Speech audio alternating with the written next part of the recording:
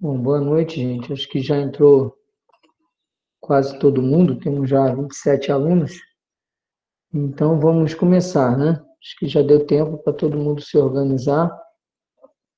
Boa noite, então. Na semana passada, nós fechamos o estudo da parte de lançamento e modalidade de lançamento. Tivemos um estudo de caso que o objetivo dele era discutir exatamente o lançamento. Então, o estudo de caso dizia o seguinte: o médico Arnaldo procurou seu escritório para relatar o seguinte problema com a Receita Federal. Ele importou um equipamento de exames de ultrassom, o qual está retido no aeroporto de Viracopos para fins de pagamento do imposto de importação. O referido equipamento ingressou no país no dia 1º de fevereiro de 2020, mesma data que foi protocolada a declaração de importação para fins de desembaraço aduaneiro. Ocorre que o fisco demorou a efetuar o desembarque e somente no dia 15 de março efetuou o lançamento do tributo devido utilizando a taxa de câmbio em vigor na referida data. Está correto o procedimento da Receita Federal? Responda fundamentadamente. Então, aqui o que se esperava, né, era que vocês discutissem a respeito do lançamento que foi efetuado e se o lançamento estava correto ou não. Tá? Então, o que vocês deveriam fazer, sim, sim, Lisandra.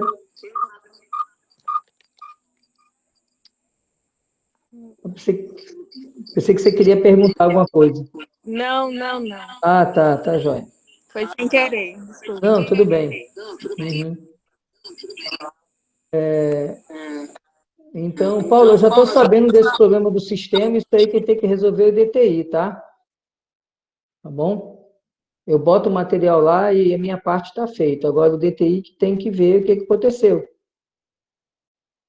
Né? Os arquivos estão. Esse arquivo que tem os links está disponibilizado desde o início do semestre. Então, o que acontece? O que deveria ser feito? Né? A discussão aqui é exatamente de saber a respeito do lançamento do crédito tributário.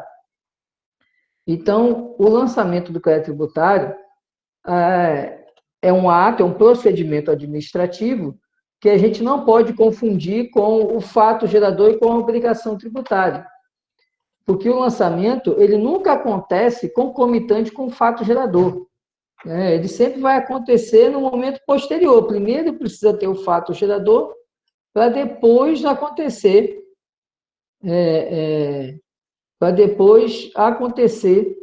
o lançamento. Não há como o lançamento anteceder o fato gerador. Então, por isso que a gente tem que observar que o lançamento é um procedimento administrativo e por isso que ele é declaratório do fato gerador, ele declara a obrigação tributária e, portanto, ele declara que aconteceu o fato gerador.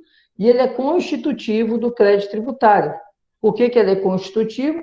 Porque ele verifica a ocorrência do fato gerador e ele analisa lá a matéria tributável, base de cálculo, alíquota, para, então, concluir pela tributação, pela aplicação de alguma penalidade, se for do caso. Então, o que era necessário, nesse caso, era vocês identificarem que o lançamento ele tem que se reportar à data do fato gerador. Então, embora ele seja aplicado em um momento posterior, é preciso que o lançamento ele olhe com os olhos para o momento do fato gerador. E aí ele vai aplicar a legislação aplicável ao fato gerador e também vai aplicar a moeda, no caso, nessas situações que eu botei, ele tinha uma base de cálculo em moeda estrangeira, porque era uma importação, e na hora do lançamento, a autoridade fazendária utiliza o câmbio do dia do lançamento. E isso aí está errado, porque tem que ser utilizado o câmbio da data do fato gerador. Ou seja, ele deveria utilizar o câmbio, deixa eu ver qual foi o dia que eu coloquei aqui, acho que foi 1º de fevereiro, né? Isso, deveria ser o câmbio do dia 1º de fevereiro de 2020. tá? Esse que deveria ser o câmbio utilizado. Então, está incorreto o procedimento da autoridade fazendária. Alguém ficou com dúvida nesse caso? Professor, Sim, Zé. então, no caso, a data do fato gerador é quando a mercadoria ingressou no país, é isso? Se você for olhar, depois de dar uma olhada na resposta que eu coloquei para todo mundo, o fato gerador se dá com a declaração aduaneira. Então, na data que ingressa ao país é a data da declaração. Então, por isso que seria o dia 1º de janeiro. Que eu até botei aqui, ó. Ele entrou no país no dia 1º de fevereiro, na mesma data que foi protocolada a declaração de importação. A data do protocolo da declaração de importação é a data do fato gerador, porque é naquele momento que você diz para a autoridade fazendária que você praticou aquele fato e que, portanto, vai gerar a tributação do imposto de importação, tá certo? Então, aí a declaração seria, né, um momento em que a data do protocolo da declaração que é o momento constitutivo do fato gerador e, portanto, o lançamento tem que olhar toda a situação jurídica, ou seja, a alíquota, base de cálculo vigente, a alíquota na data do fato gerador. E também, no caso, como é na moeda estrangeira, o valor do câmbio da data do fato gerador, que seria a data do protocolo da declaração de importação. Beleza. Esclareceu, Zé? Sim, obrigado. Certo, de nada. Mais alguém ficou com alguma dúvida nesse caso? Não? Tudo tranquilo? Então, vamos lá. Essa semana, vocês assistiram, segunda-feira, a videoaula contendo a explicação sobre a suspensão do crédito tributário. Antes de eu começar aqui a falar, fazer algumas considerações, alguém ficou com dúvida, teria alguma pergunta específica sobre a suspensão do crédito tributário?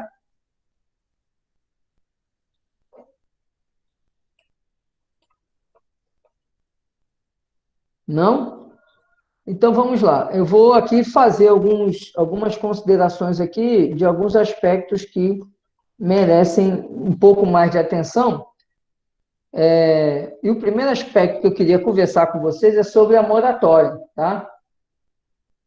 A moratória, ela é uma situação em que o crédito tributário fica suspenso, a exigibilidade dele fica suspensa em razão de algum evento econômico, social.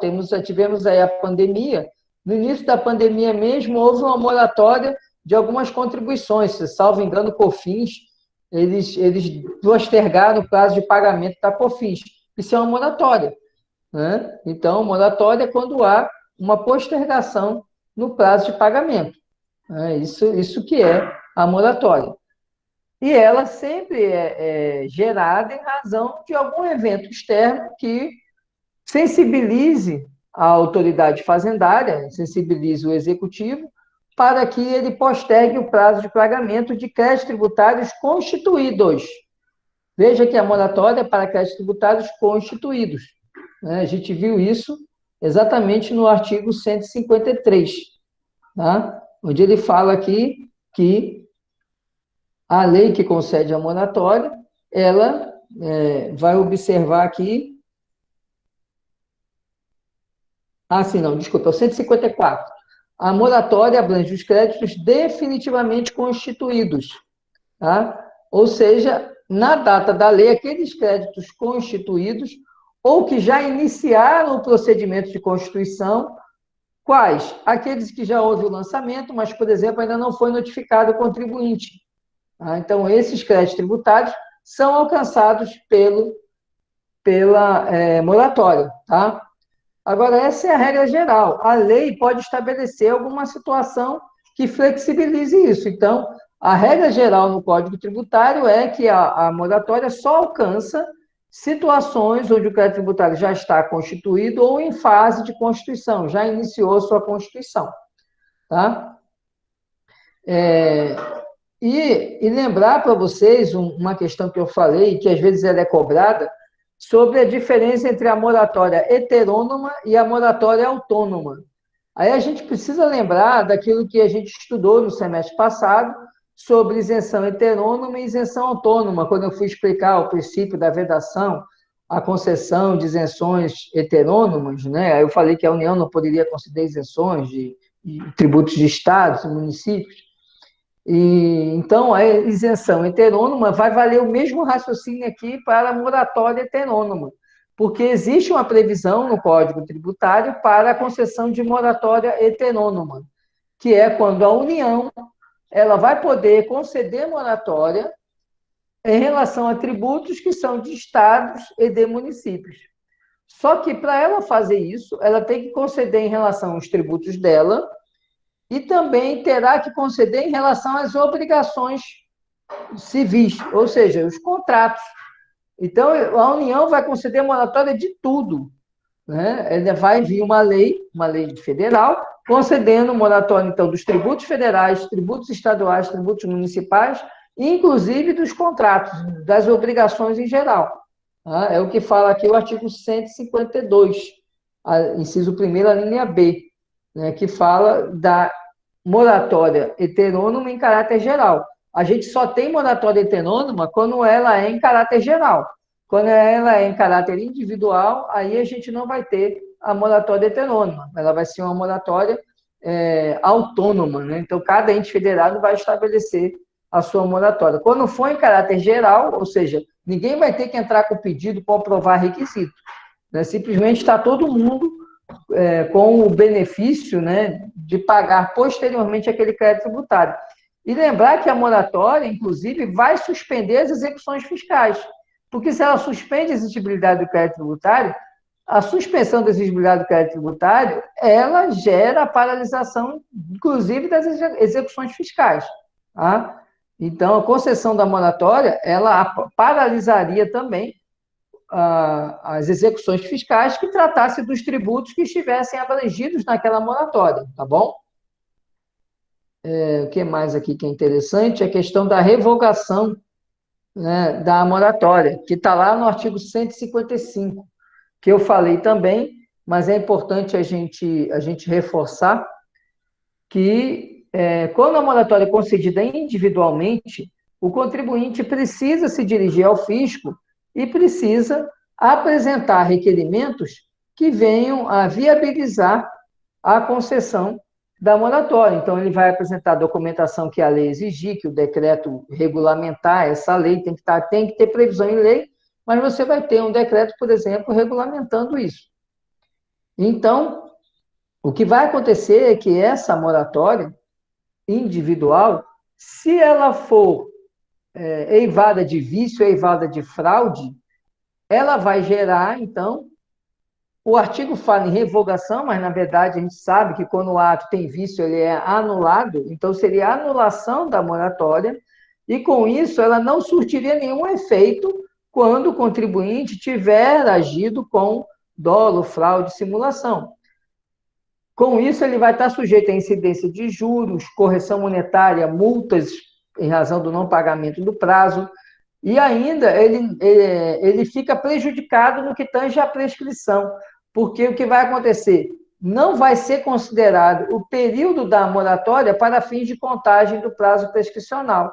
Então, apesar de anular, é como se ainda mantivesse a suspensão da prescrição, porque vai ter que excluir aquele período do tempo para fins de prescrição, tá certo? E quando não há fraude, não. Aí, quando não há fraude, não vai poder incidir juros, não vai poder incidir multas, simplesmente se ele deixa de preencher o requisito. Por exemplo, a moratória era para contribuintes que estivessem com faturamento até R$50 mil por mês. E o contribuinte passou 2, 3 meses e chega e consegue, no outro mês, ter um faturamento de R$80 mil. Com isso, ele perde o benefício, ou seja, ele perde a moratória. Mas essa perda da moratória só vai gerar o quê? Só vai gerar a obrigação dele pagar aqueles créditos que estavam com a cobrança suspensa. Mas não vai poder incidir durante o período da moratória juros, multa, ele não vai... Inclusive, o tempo para fim de prescrição vai contar. Por quê? Porque ele não praticou fraude nenhuma, simplesmente ele deixou de preencher os requisitos para continuar usufruindo da moratória. Então, tenha atenção a essa distinção, no caso da moratória, quando o contribuinte age de modo fraudulento e quando ele simplesmente deixa de preencher o requisito, tá? Porque o tratamento é diferente. E é importante a gente observar isso, porque isso vai ser aplicado também no caso das isenções. Quando a gente falar das isenções, a gente vai ver que isso vai ser aplicado também. Então, é importante conhecer, entender o artigo 155, porque quando a gente falar lá de isenção, de novo, a gente vai voltar a discutir o artigo 155, porque esse dispositivo se aplica no caso das isenções concedidas em caráter individual. Vamos ver aqui sobre moratória. Ficou mais alguma dúvida sobre moratória? Não? Então, vamos lá. O inciso segundo fala do depósito do montante integral. Normalmente, o depósito do montante integral, ele surge quando o contribuinte tem interesse em discutir aquele crédito tributário administrativamente, ou até judicialmente, mas o mais comum é ele ser utilizado administrativamente, para justamente o contribuinte não sofrer incidência de juros e atualização monetária e multas. Então, ele prefere depositar, logicamente, quando o valor é viável, o depósito, ele deposita para discutir administrativamente, ou então ele faz esse depósito para também discutir o crédito tributário judicialmente. Principalmente quando ele pede uma liminar, por exemplo, ou pede uma tutela, e essa tutela não é concedida. E aí, ele fica... ele não tem outra maneira de suspender a exigibilidade, já que ele não teve a tutela de urgência deferida, que não seja o depósito do montante integral. Lembrar que depósito do montante integral não pode ser exigência para fins de recurso administrativo, né? A gente já viu isso na aula passada, né? Que não pode haver exigência recursal administrativa para interposição de recurso, o pagamento, né? Pagamento do tributo ou depósito do tributo. E esse depósito do montante integral, o interessante é que se o contribuinte ele for derrotado, ou seja, se ele não tiver razão, o que vai acontecer? Esse valor ele vai ser convertido em renda. Então, o crédito tributário ele vai ser extinto pela conversão do depósito em renda.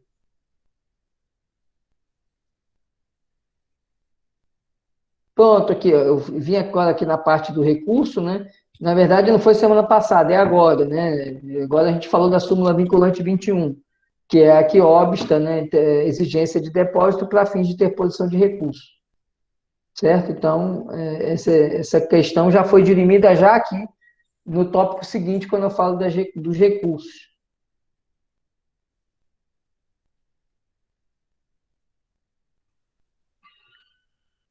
Pronto. Outra situação que eu queria discutir com vocês, e a última situação que eu teria para discutir, seria o parcelamento. Bom, o parcelamento, ele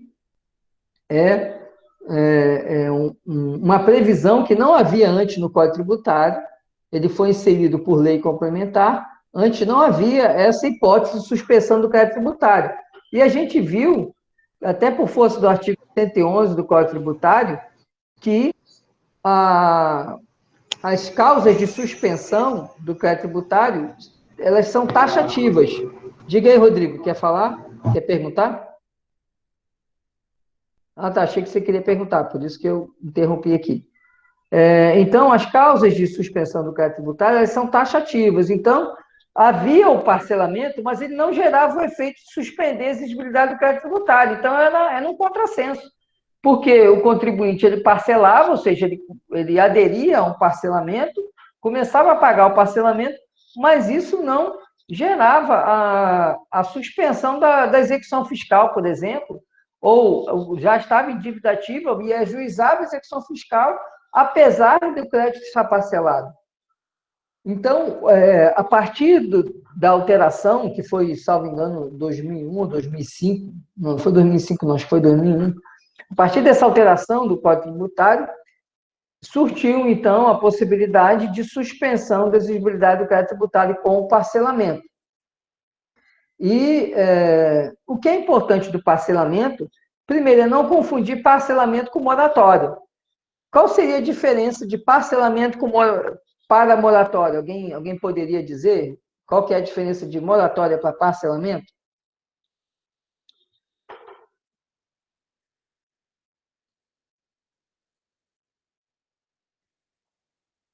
Nobody? Tem alguém aí?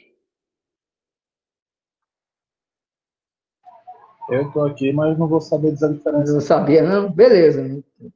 Tá, joia, Paulo. Professor, Diga, na moratória seria o prazo ser dilatado e no parcelamento suspende-se o crédito tributário até o pagamento do valor. Certo, é por aí, Stefano, você está chegando bem no caminho. A diferença, a moratória é isso, porque a moratória, ele não fica pagando parcelas, né? Ele simplesmente ele vai ter um prazo ampliado. Se ele tinha que pagar até o dia 15, agora ele vai pagar com prazo de 90 dias, por exemplo, certo? Enquanto no parcelamento, ele sempre tem que pagar alguma coisa. Então, por exemplo, para ele aderir ao parcelamento, ele já tem que, normalmente, existe a obrigação de oferecer uma entrada, oferecer um valor e, a partir daí, pagar as outras parcelas. Então, sempre ele tem que pagar e ele vai ter, periodicamente, que realizar pagamentos. Por isso, aí, a distinção. E o parcelamento, ele não exige requisitos especiais. A moratória, lembra que eu falei que precisa de um evento econômico, um evento social, que justifique o Estado, justifique o poder público conceder a moratória. No parcelamento, não. Parcelamento é apenas uma política de arrecadação. É um meio de favorecer a arrecadação, facilitar a arrecadação dos tributos, daqueles tributos que estavam em situação de inadimplência. Então, o parcelamento ele é uma política de arrecadação, uma política de gestão da administração tributária, enquanto a moratória ela é resultado de um evento social, um evento econômico, que implica uma medida governamental de adiamento da cobrança dos tributos. Percebeu que é diferente a finalidade de um e de outro, e o que leva à ocorrência de um e de outro são mecanismos, são situações diferentes uma da outra. Então, é importante a gente atentar a essa diferença da moratória para o parcelamento, que é algo que eu não botei no material, mas que é interessante, alguns livros falam sobre isso. Salvo engano, o Sabag, ele fala, Sabag, o Ricardo Alexandre, que são os livros que eu sugiro, eles falam sobre essa diferença da moratória para o parcelamento. Professor, opa! Talvez tenha sido isso que o Estado do Ceará fez agora nesse período de pandemia.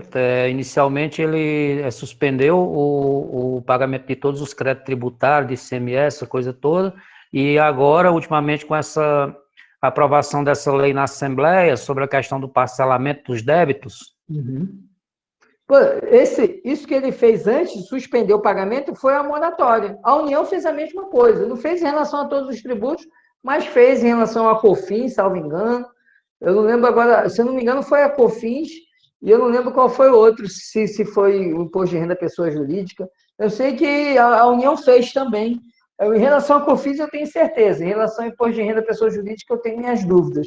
Eu li alguma coisa sobre isso, mas a COFINS, eu tenho certeza que ela caiu nessa moratória. Ela caiu não, né? Ela foi alcançada por uma moratória, né? Mas foi uma moratória de 3 meses, acho que foi só até junho, salvo engano, foi março a junho, né? Julho já voltou o pessoal teve que pagar, né, os valores, né?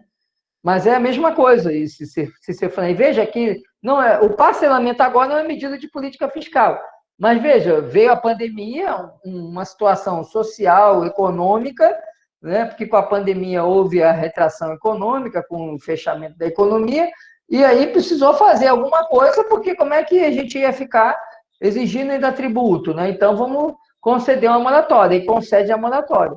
Exatamente esse adiamento é uma moratória, tá certo? Tá bom? É exatamente a situação. E aí já diferencia do parcelamento. O parcelamento agora é o quê? Se ele quisesse, ele podia cobrar tudo, mas o que ele vai fazer? Não, eu vou parcelar porque eu garanto de receber. né? Se eu não parcelar, muita gente não vai ter como pagar tudo de uma vez, então eu vou e parcelo.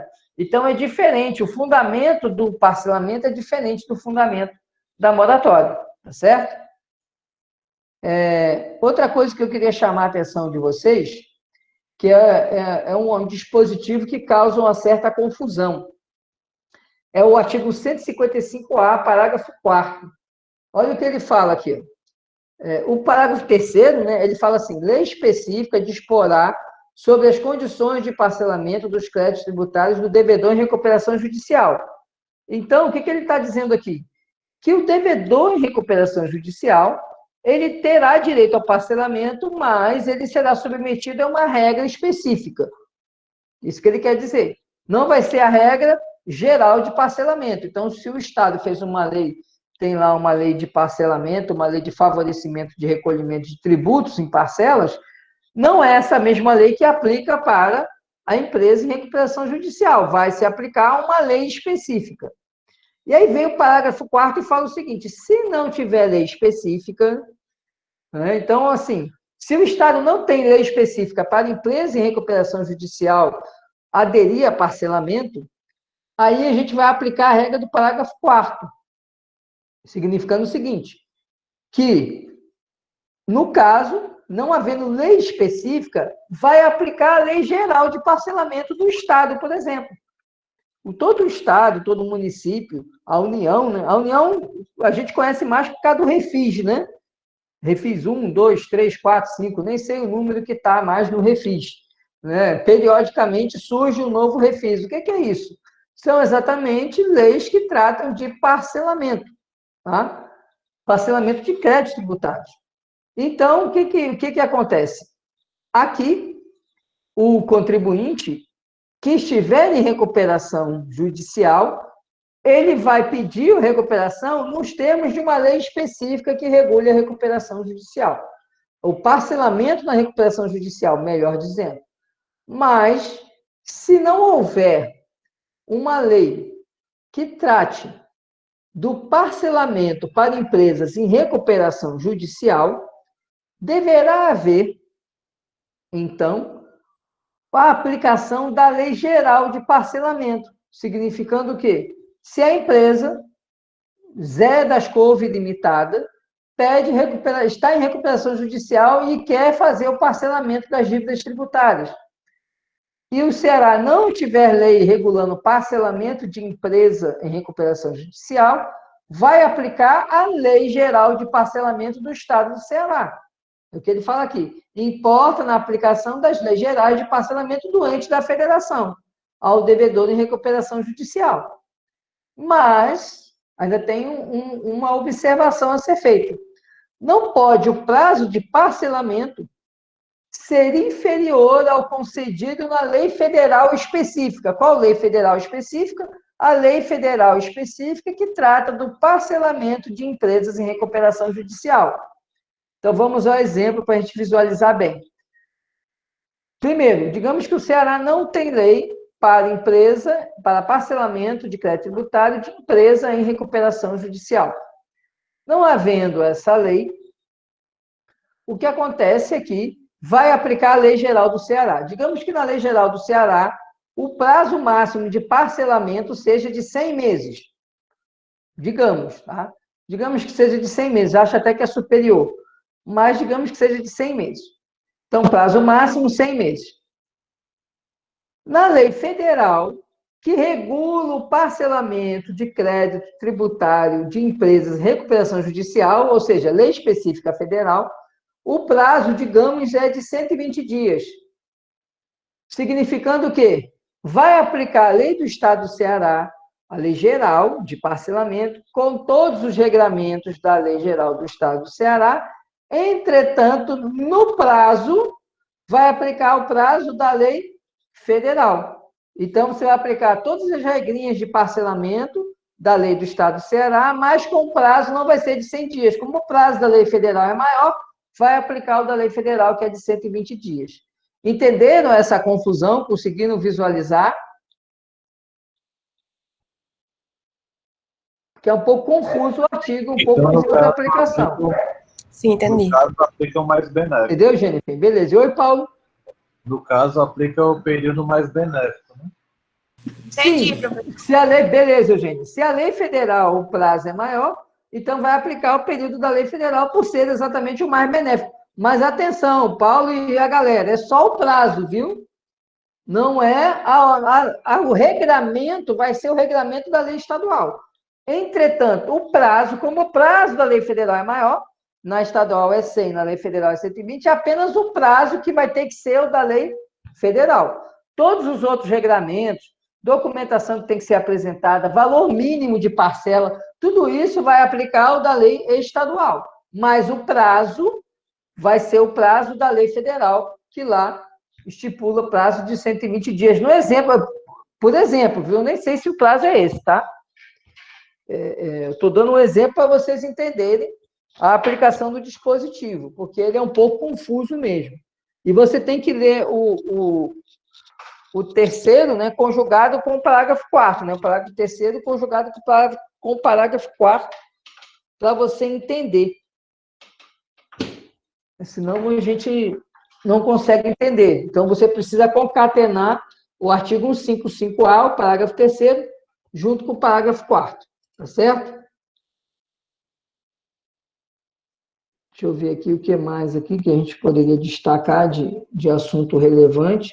Suspensão do crédito tributário não é um tema muito complicado. Na verdade, os temas que nós veremos agora, só vamos enfrentar um tema mais árido quando a gente falar de prescrição e decadência.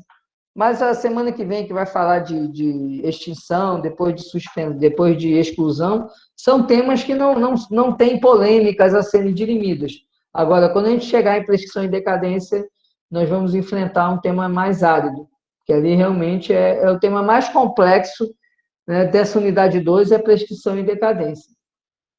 Mas não é complicado, não. A complexidade é só quando fala da decadência dos tributos lançados por homologação e a prescrição intercorrente, né? São só esses dois pontos específicos. Gente, nenhuma pergunta, não? Estou tentando aqui ver aqui o que mais que a gente poderia conversar.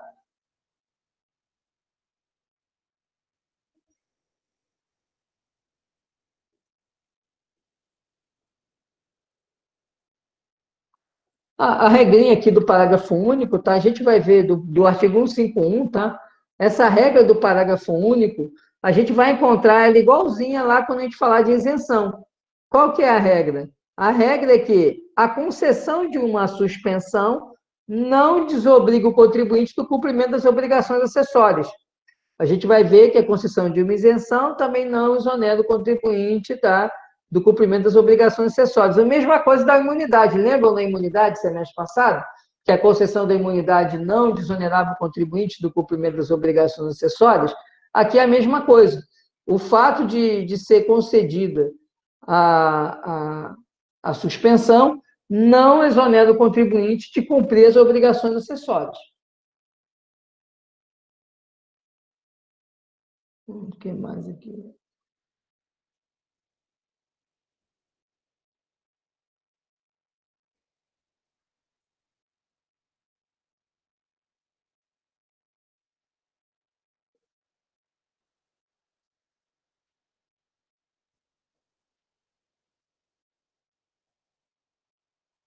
Bom, só fazer um comentário aqui, aproveitar que a gente está com tempo, né?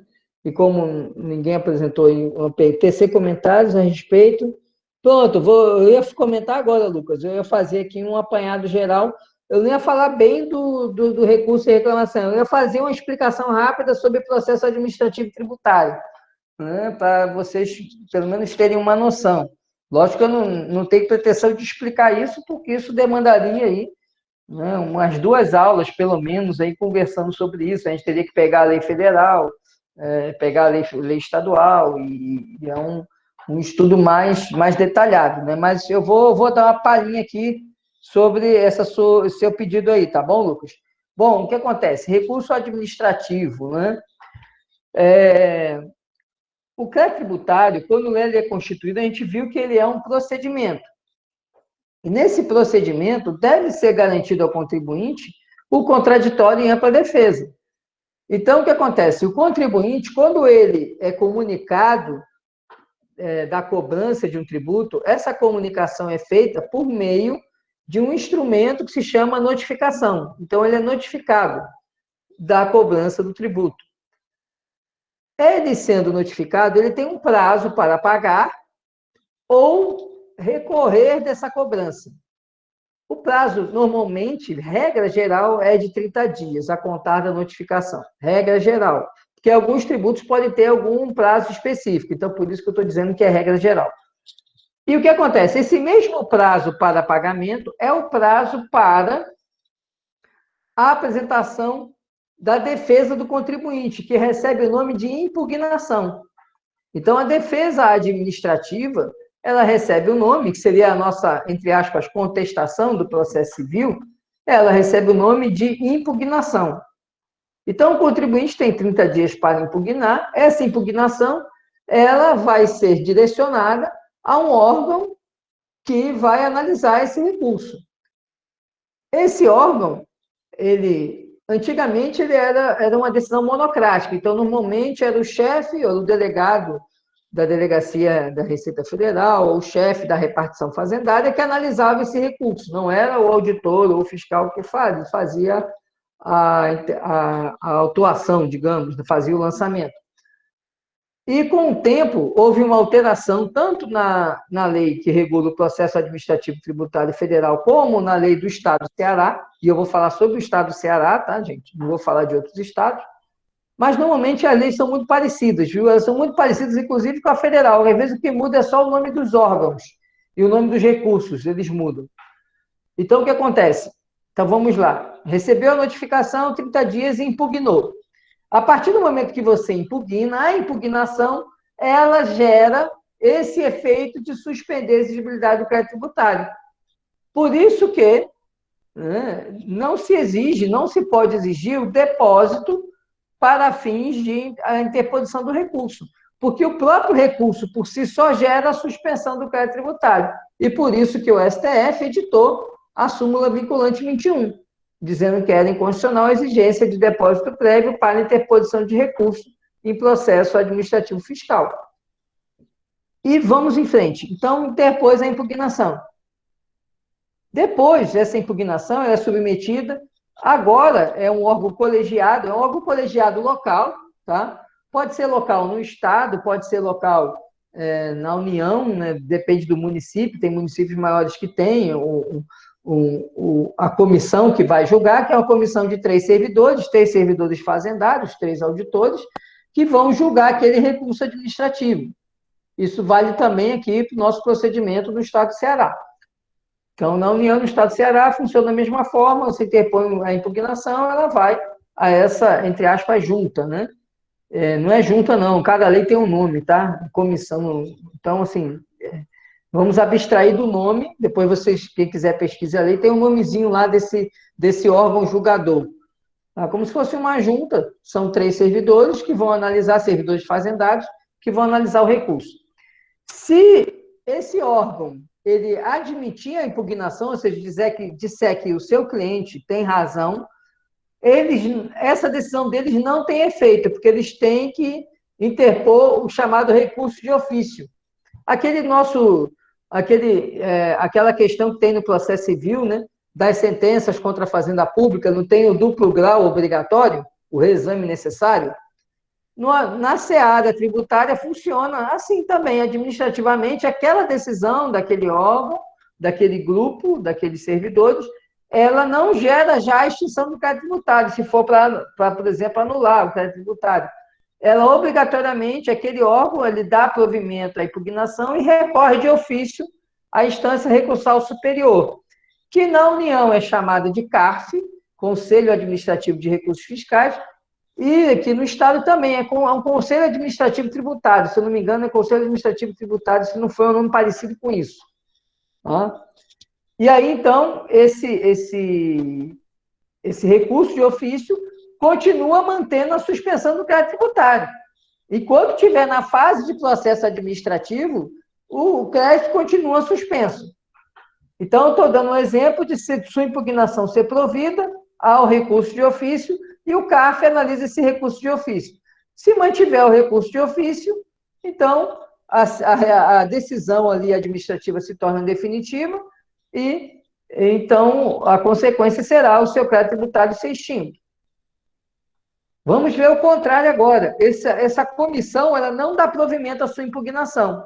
O que você vai fazer? Você vai interpor um recurso chamado recurso ordinário. Salvo engano, na lei federal é recurso ordinário, na lei estadual também eles chamam de recurso ordinário, ou recurso inominado. Agora eu estou na dúvida. Eu acho que a lei estadual chama de recurso inominado, a federal que chama de ordinário. E aí, esse recurso vai para esse conselho, que é o CARF, na União, Conselho Administrativo de Recursos Fiscais, e aqui no Estado vai também para um conselho administrativo. Esse conselho vai analisar o seu recurso e poderá dar provimento ou não ao seu recurso. Existe ainda mais um recurso cabível, caso a sua decisão seja desfavorável, tá? Existe um recurso ainda cabível, que é o recurso que você faz quando a decisão for por maioria, você provoca o plenário do Conselho Administrativo de Recursos Fiscais ou o plenário desse Conselho Administrativo Estadual. Mas quando a decisão for por maioria, se a decisão for por unanimidade, não vai caber mais recurso. Se for por maioria, tanto a Fazenda pode recorrer ao plenário, como o contribuinte pode recorrer ao plenário, mas desde que a decisão seja por maioria. Tá certo? Então, esse é o fluxo do processo administrativo tributário. Esse é o caminho dele. Enquanto o processo está nesse caminho, enquanto a decisão administrativa não se torna definitiva, você está com o crédito tributário suspenso, ou seja, o fisco não pode executar você, não pode realizar a cobrança, não pode te colocar você, o seu cliente, né, se for o seu cliente, no cadastro inadimplente. Ficou claro, Lucas? Conseguiu esclarecer, explicar melhor a questão do processo administrativo? Conseguiu sim, professor. De nada aí. Pessoal, entendeu essa explicação rápida que eu fiz, uma pincelada bem rápida do processo administrativo tributário, como é que ele tramita? Tudo bem aí? Beleza. Bem. Alguém tem alguma dúvida aí, que eu já estou ficando sem, estou aqui cavucando aqui, mas deixa eu ver se aparece mais alguma coisa que eu me recorde que seja importante comentar. Professor, nesse tempo que... Diga, Paulo. Que fica suspenso, incorre juros, não, né? Não, durante a suspensão, ele vai incidir também juros e atualização monetária, não vai incidir multa, tá? Só não vai incidir juros no caso do depósito do montante integral. Se você fizer o depósito do montante integral, não incide nem atualização monetária, nem juros, porque o fato dele já estar depositado, ele já vai sofrer atualização em juros normal. A Selic já vai incidir no depósito ou administrativo ou judicial. Tá certo, Paulo? Mas nas outras hipóteses pode correr sim. Se você entra com recurso administrativo e perde, vai cobrar juros, multa, tudo bonitinho. Entendeu? Se você ganha, não, né? Se você ganha, o crédito tributário vai ser extinto. Mas se você perde o seu recurso administrativo, vai incidir tudo. A única forma de você afastar juros, correção monetária, etc., ou é na moratória, porque ela afasta isso, naturalmente, como efeito da moratória, ou então, no caso do depósito do montante integral. No caso do recurso administrativo, vai incidir se você não tiver sucesso no seu recurso. Esclareceu, Paulo? Sim, esclareceu. Beleza. E lembrar que no parcelamento também, viu? O fato de parcelar depende da lei, mas normalmente o parcelamento não afasta a incidência de juros, de multa, etc. Se você parcela um crédito tributário que já estava vencido, vai incidir juros, multa, correção monetária, e normalmente a lei, ela reduz ali, né? A lei do refis mesmo, ela reduz ali a multa, reduz a incidência de determinadas penalidades, de juros, né? Mas ainda assim ele incide, tá certo? Então, essa suspensão, ela não... As hipóteses de suspensão, a única que afasta efetivamente desse de juros e multa é o depósito do montante integral, tá certo? A moratória, ela vai regular, normalmente ela vai afastar, né? Mas ela pode disciplinar, por exemplo, com a incidência de alguns juros, ela vai afastar a penalidade. Tá joia? Mais alguma pergunta?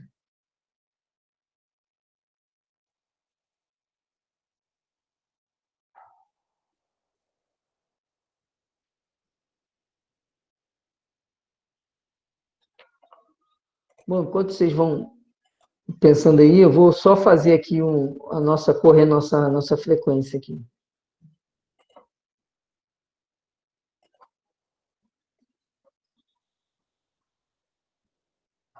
Pronto.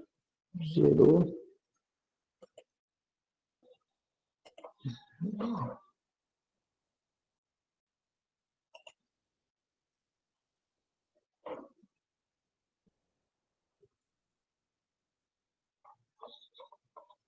Ok.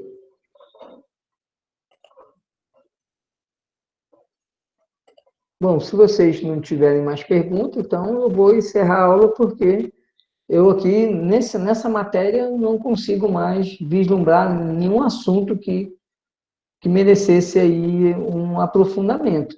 Falei da moratória heterônoma, da autônoma, falei do artigo 154, falei do 155, reforcei ele, falei do caso do parcelamento lá do parágrafo 3º e parágrafo 4º, falei do processo administrativo tributário.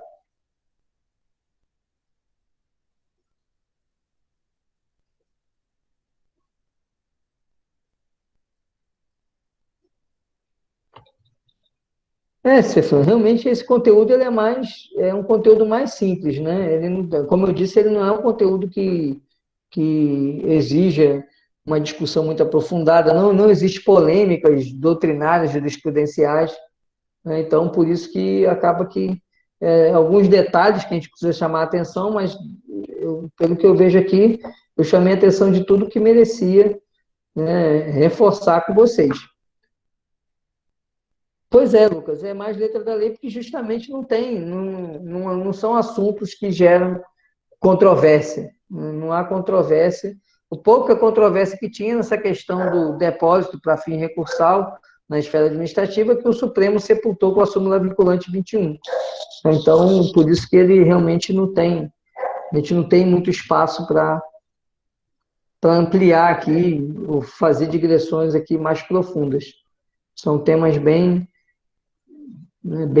enxutos, né? Não são temas polêmicos, a moratória não é um tema que você veja com muita recorrência, mas o que a gente vê mais é o parcelamento mesmo, certo? Então, gente, eu vou encerrar aqui, desejar boa noite a todos. Então, até logo. Boa noite aí, gente. Boa semana aí.